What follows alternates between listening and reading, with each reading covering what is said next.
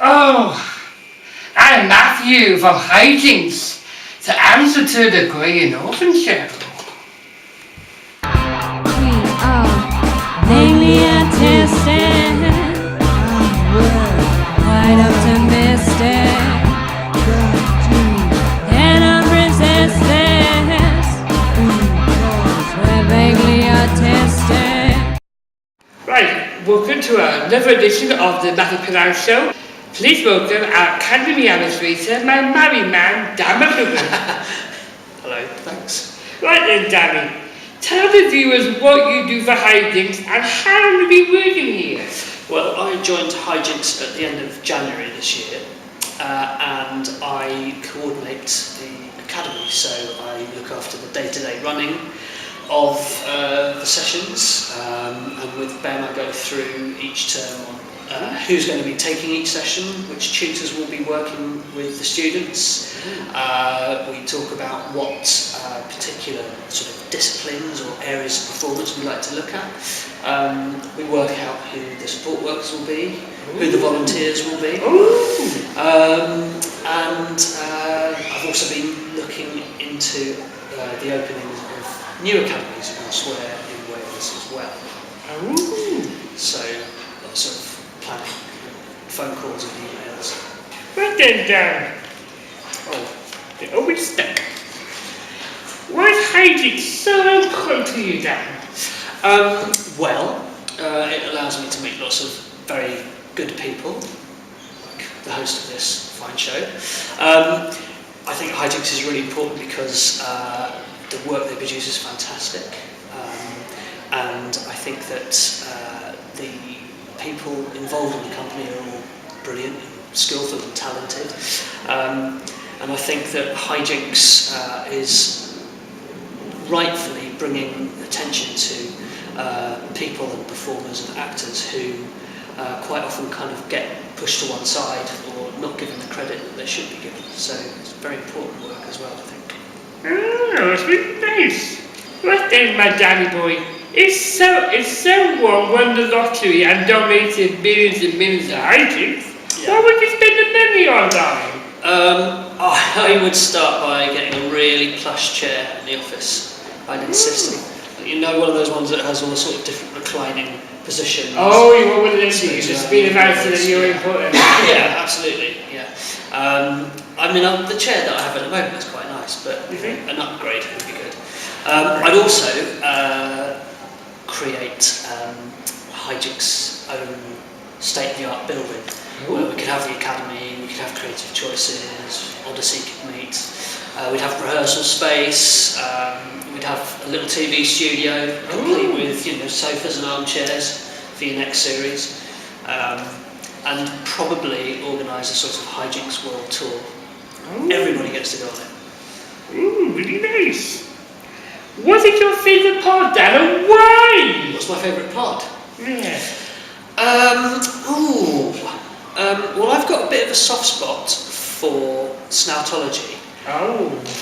One of the reasons for that is because it's the pod that I've seen most, and the one that was sort of being worked on at the same time that I joined the academy. So I feel like both I and the pod have kind of grown into Hijinx together,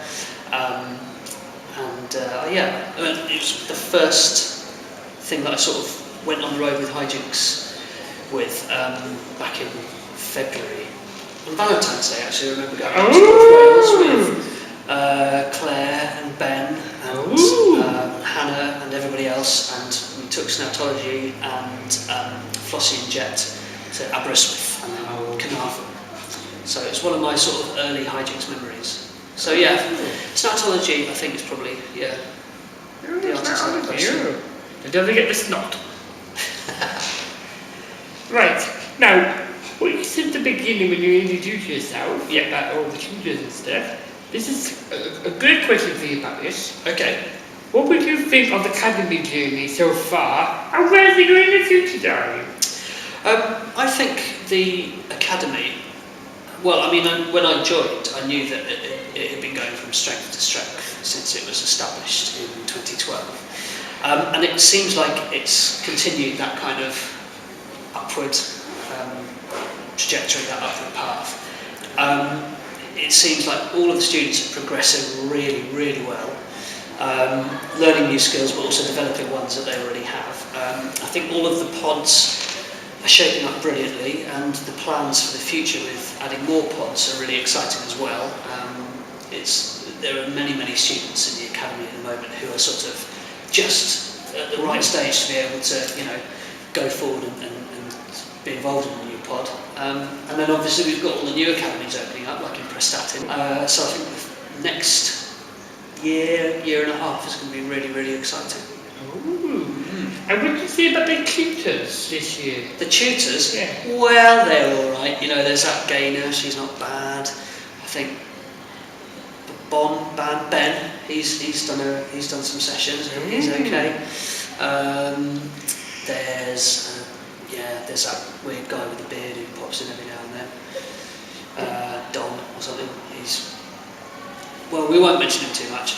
No, the tutors are great. And this year, I can't speak for previous years, obviously, but we've had a really nice mix. So we've had some tutors that have been there for quite a long period, really working hard with all the students on a particular discipline or project. Then we've had other tutors who've come in for a sort of shorter period, like Alex Harris, who did for Cameron. And having a real effect on the students. Like, so many people seem to really take to what Alex did, for example, in a sort of contained 10-week period.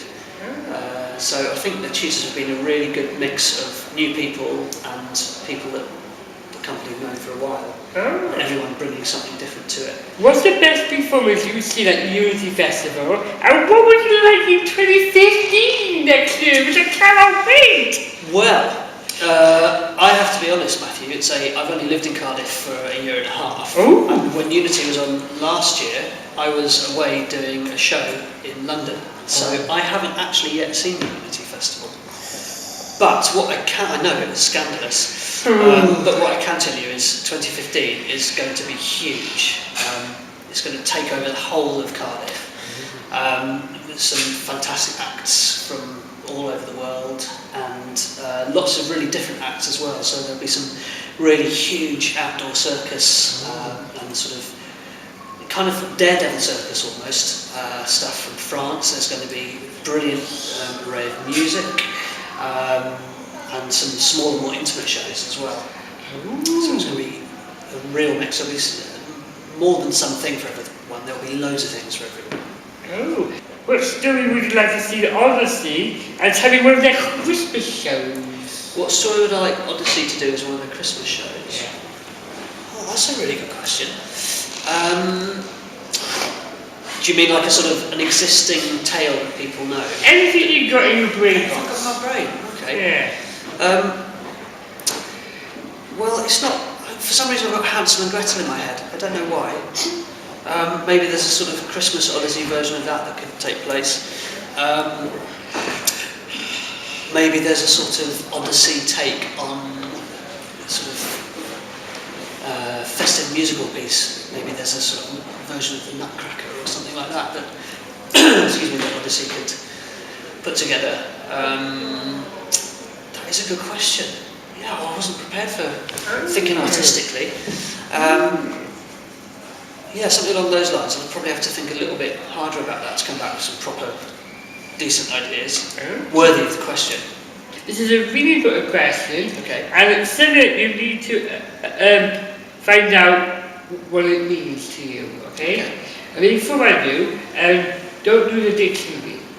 Don't use a dictionary. Yeah. Okay. What does the H stand for? Don't mention hijinks or any of the words that have been on my show for the last couple of weeks. Okay. So what does the H in hijinks stand for? I'm trying not to use words that have been used before. I can't remember if hilarity has been used before. Ooh. Because a lot of the time in the Academy people are having a lot of fun, and in Odyssey and in Creative Choices. A lot of the work that goes on involves a comedy element. If I had a second, it would be hard working. That's good. although that's hyphenated, I suppose. Maybe 2 words. Hardworking, because everyone is hardworking. From the academy through to the office, through to the residencies. And when you see me in the office on Mondays? The H will be hello. Well, that's the end of my Matthew Purnell Show. I'll be back next week. In the meantime, it's good night from me, good night from Dan,